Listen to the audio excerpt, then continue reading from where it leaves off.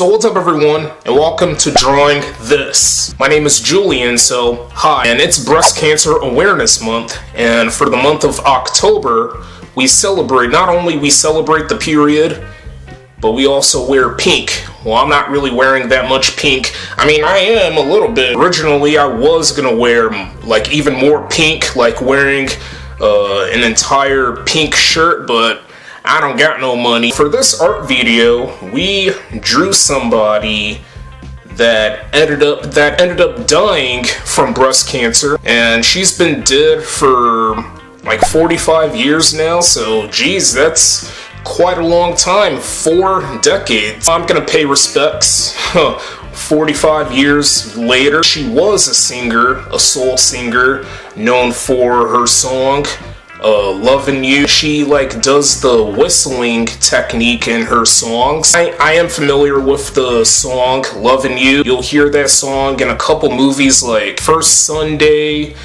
Johnson Family Vacation. I'm not really sure of other movies, and I don't know about commercials as well. Her name is Minnie Riperton. That is the soul singer we chose to draw for this year, and I had a pretty fun time. The drawing literally looks like her, but I feel like I made a few minor mistakes. I don't know if I really consider them as major mistakes. They're just more like minor mistakes. We have done a couple art techniques, something I rarely do for my YouTube channel. I chose to do the hatching and cross-hatching techniques. I wanted to take a break from using the color pencils. I couldn't avoid using the oil pastels, only for the background, however. The color pencils, I wanted to take a break from that. I will get back to using color pencils to draw somebody to celebrate a period for the month of November. Mark my words, guys. And so without any further ado,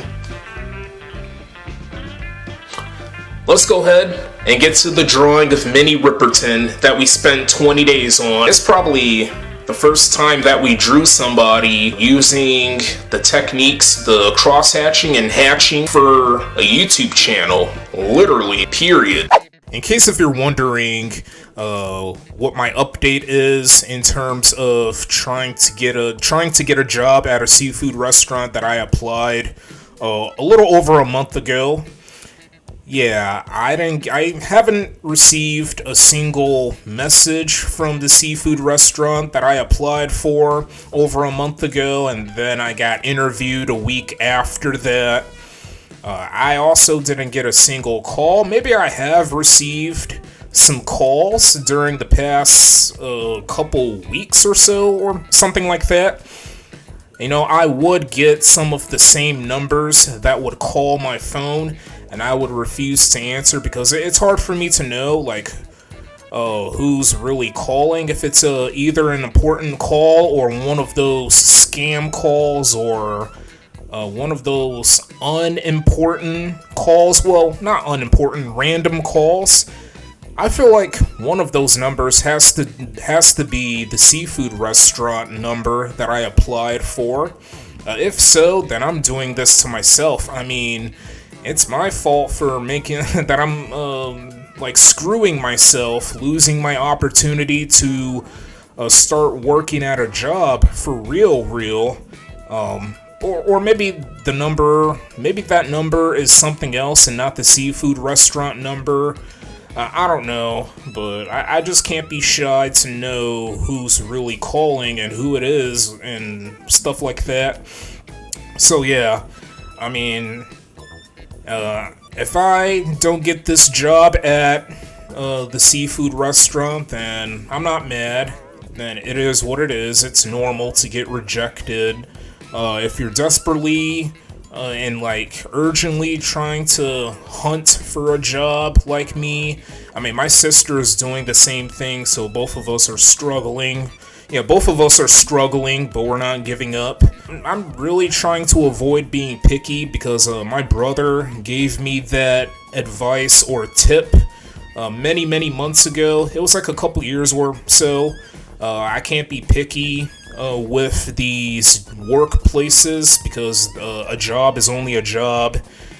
One of my Facebook friends told me to work somewhere that I'm good at. So if I'm good at cooking, good at drawing, then apply for a job that has to do with producing artworks, or if you have to cook a lot. So I have been like going for the restaurant industry, like Subway, Little Caesars, I think Chick-fil-A, Buffalo Wild Wings, and yeah, there's just so many. Enough talking about the job hunting.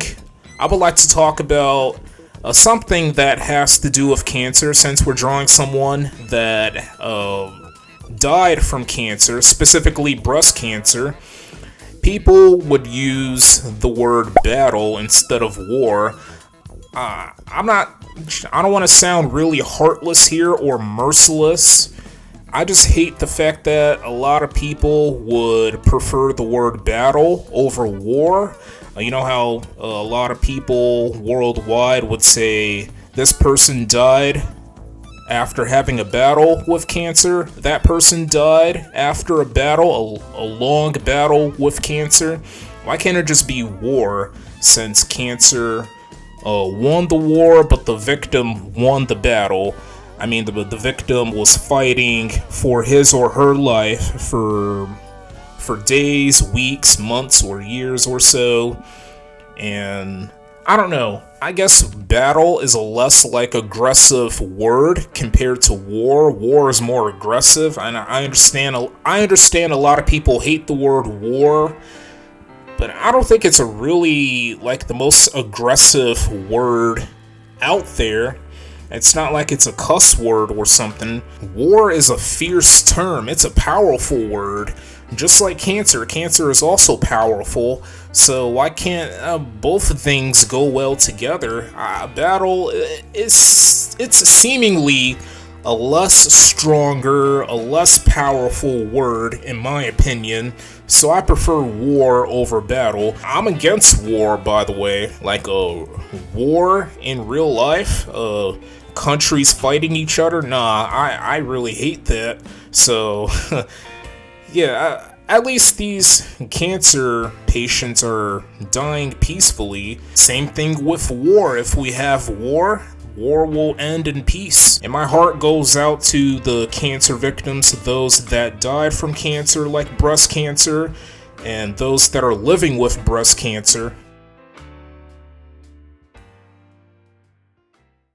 Okay guys, here's the finished artwork of the soul musician, Minnie Riperton, or Ripperton, however you say her last name. I think it's pronounced Ripperton. I believe most people would pronounce her last name that way. It's a really lovely drawing. I mean, it's not really up there to being one of the best in the world. I have actually done the cross-hatching and hatching technique before, but I just can't remember. I just can't put my finger on it. One of the very few techniques I don't pay attention to. I have experienced other artists online, on Instagram. I don't know about X, which used to be called Twitter. I don't know about Facebook as well, but I think Instagram is number one. I have experienced other artists doing the cross-hatching and hatching technique, or doing one of those two. I would feel quite impressed on how the artists would pull their portrait drawings off, or if they're working on non-human objects like mugs or cups or spoons. I think there's this one artist named August Lamb.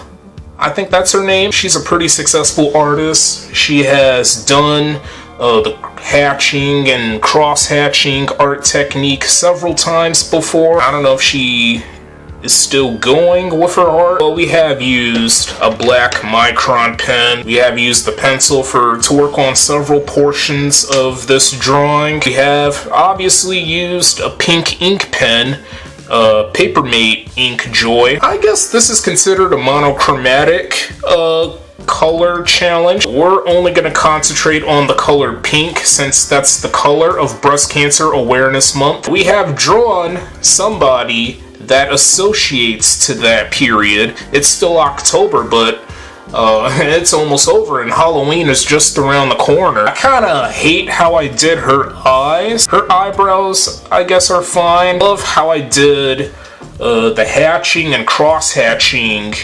Most importantly, literally the MVP of this artwork of Miss Ripperton. I feel like I could have done her earrings a lot more better. I love how I did her neck down here. And we got part of her overalls. We have used the infamous picture of Minnie Ripperton holding on to the melted ice cream, and she's smiling at the camera. That picture is just too iconic to all of us. If you're a fan of her, if you're a fan of soul music, R&B, or like different music genres in general, like me, I'm a fan of rock, punk, hip-hop, rap, jazz, soul, R&B, blues. I don't know if I plan on making my own music one day. I don't know if I plan on making my own rap song, or I don't know. The more projects I end up like proposing and making, the harder it is to keep up with other projects that you haven't been working on for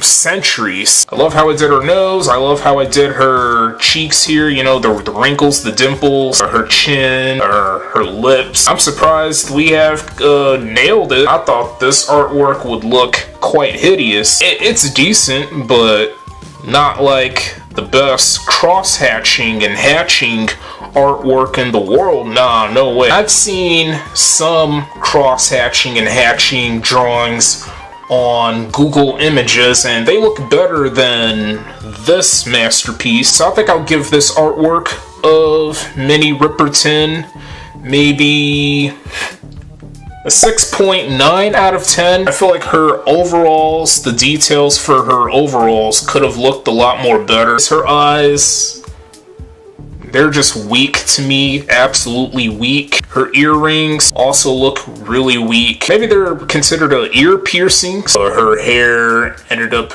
turning out unsurprisingly easy for us to do. Other than that, this drawing, it's pretty good. So that is going to be the end of this art video, guys. Stay tuned for more content, and I hope this art video was quite enjoyable to watch. I hope you enjoy your Halloween. It's really around the corner, so I'm going to enjoy my Halloween.